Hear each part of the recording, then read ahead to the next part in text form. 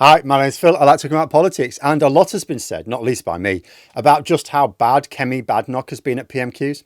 Her leadership has been characterised by an even greater loss of votes to Reform UK, showing that even in opposition, when the public, OK, they're still blaming them for the last 14 years, but, they're a bit cool on them because they're no longer carrying on doing bad stuff.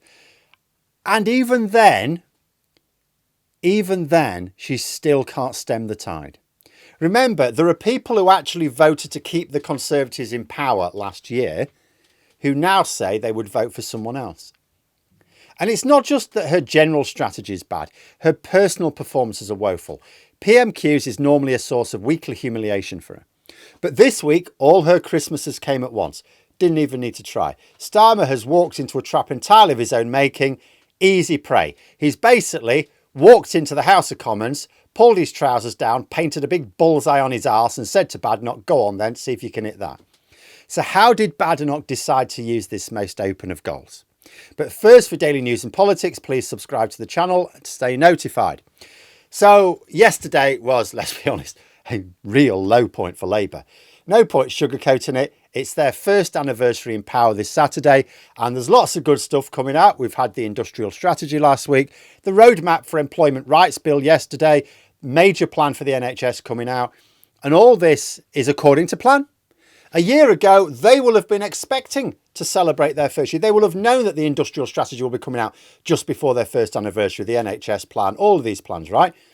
And they'd have thought we're going to have this big bonanza after our first year of setting the foundations, right? That's what they thought. The first year's the tough decisions, setting the foundations, and then they'd springboard into their second year with all these positive plans for housing, for workers' rights, energy, business growth, the NHS and so on. They will not have imagined having, for their first anniversary, to not only make major adjustments to key spending plans a few days before a vote on the matter, but even making changes whilst the debate was actually taking place. Clown Fiesta doesn't even cover this nonsense. And even Badenoch was able to kick the ball roughly in the direction of the completely abandoned goal. It's been a difficult week for the Prime Minister. So let's start with something simple. Can the Prime Minister tell the House how much his welfare bill is going to save? Mr. Speaker, I don't think the Prime Minister actually watched what happened in the House yesterday. His bill was completely gutted. A U-turn in the middle of the debate, removing Clause 5. Where on earth was he? The reason why he can't answer the question is because he knows it doesn't save any money. It's going to cost millions. This is the first Prime Minister in history to propose a bill to save money who ended up with a bill which costs money.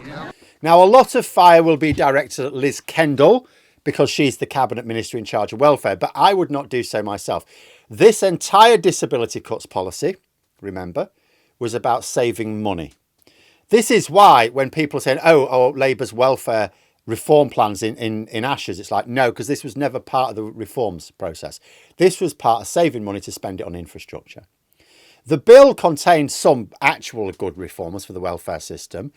The cuts were not part of those reforms. They were part of squeezing day-to-day spending in order to boost investment in infrastructure, which is essential after 14 years of Tory decay. But the point is that this policy came from the Treasury, not the Department for Work and Pensions. This policy was imposed on Liz Kendall.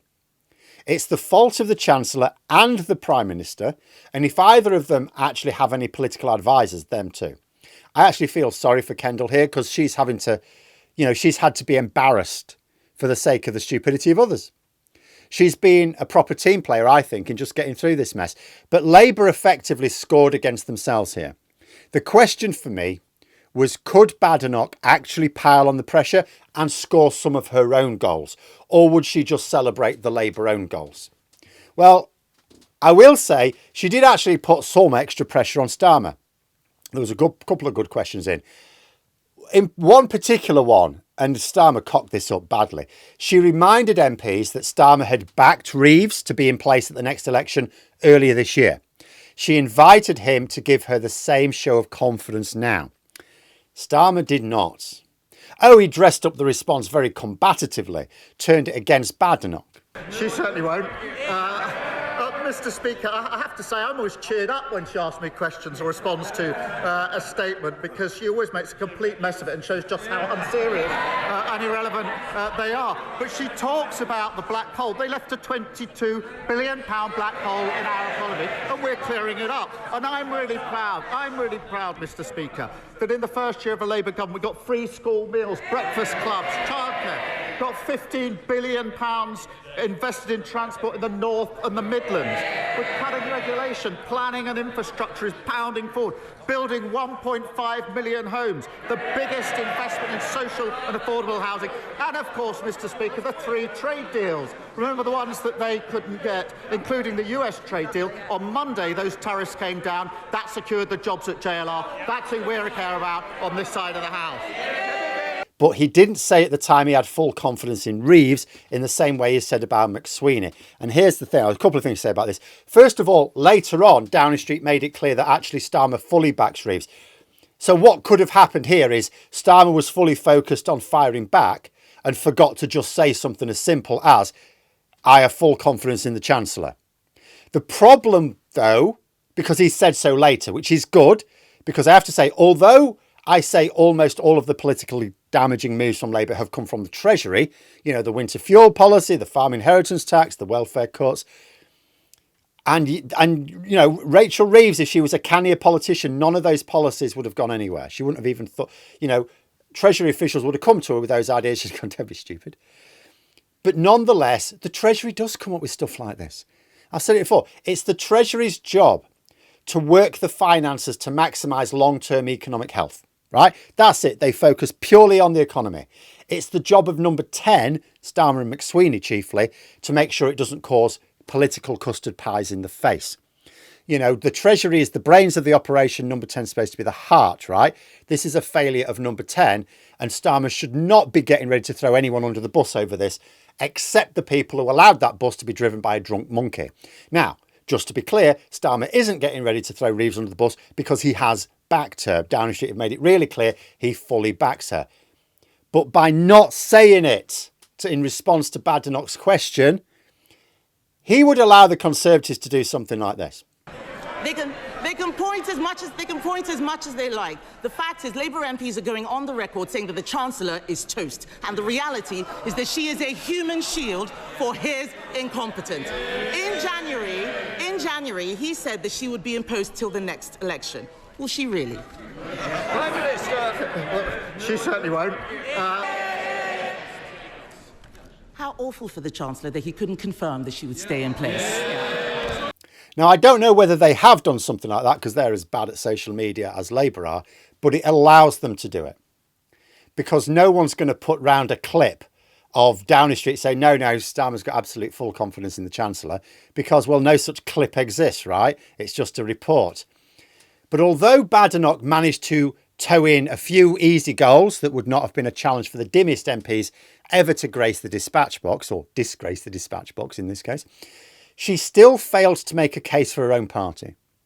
So despite her obviously having the best of it today, there's no point in denying that, that was down to circumstances outside of her control, not her own efforts. This isn't like even the Boris Johnson Partygate lies where he was forced into errors. Starmer was not forced into this by the Tories or anyone else. This was a golden opportunity for Badenoch to say, look, Labour, government's not as easy as you thought it was it? Their plans aren't surviving contact with reality. And then present her own alternatives. Because this clown show could have been seen coming a long time ago. I've said it was coming a long time ago. She had the time to prepare her own plausible sounding plans to address the issues. But it's like the only way she knows how to oppose is just bashing everyone without ever saying, oh, but we would be totally better. Last week, she attacked Starmer for meeting with world leaders at the G7 and NATO. Yesterday, she attacked Reform UK. Get this. She attacked Reform UK for saying they were going to vote against the bill, despite also saying that her party would vote against it, which they did. Last week, Starmer called her unserious. It's clearly a badge she wears with pride. I mean, listen to this from her yesterday. It beggars belief that the Labour Party came into office after 14 years in opposition with absolutely no serious plan for reforming welfare. What were they doing all that time? What were they doing? So she's suggesting that Labour had 14 years to prepare welfare reforms. This is the time they spent in opposition. That's why she's saying it. They had 14 years. Okay. If she's saying that welfare needed reforming 14 years ago, and for the whole of those 14-year period, right, she's saying the Tories instantly trashed it and did nothing to fix it themselves in all that time. Something Starmer was happy to bring up today. Let me start by saying free school matters on this side of the House. Mr. Speaker, in relation to welfare, what we delivered last night was a bill which ends mandatory reassessment of those with severe disabilities. That is the right thing to do. It rebalances universal credit. That is long overdue, and it sets out a pathway to reform of PIP. Mr. Speaker, it's consistent with the principles I set out throughout. If you can work, you should work. If you need help into work, the state should provide the help. The system that they broke doesn't do so. And if you can't work... Prime Minister. And Mr. Speaker, if you can't work, you must be supported and protected. The reformed welfare system that we're putting in place will be better for individuals, better for the taxpayer, and better for the economy. But she talks about growth. For 14 years, we had stagnation, and that is what caused the problems. And I'm really pleased, Mr. Speaker, to show the progress that we're making. I can update the House. Last week, Amazon put in £40 billion of investment into this country, one of the biggest investments of its time. That brought the inward investment to £120 billion in the first year of this Labour government. Mr. Speaker, I can also tell the House that business confidence is the highest for 9 years. That's longer than the whole time that the leading opposition's been in Parliament. And the figures this week demonstrated and showed we had the fastest growth in the G7 in the first quarter of this year. What a difference to the mess they left. That's the difference a Labour government made.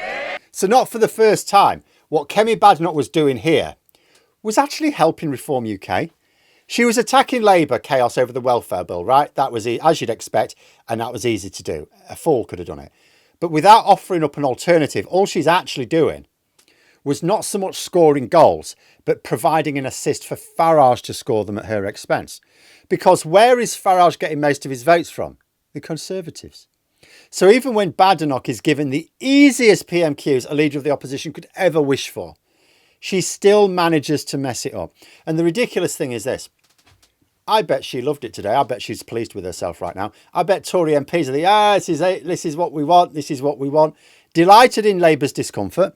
Which is fair enough. They're old opponents, of course. They're going to delight in each other's misfortune. But it's like Badenoch and her Tories have forgotten that if Labour lose power, doesn't mean they gain it back this time.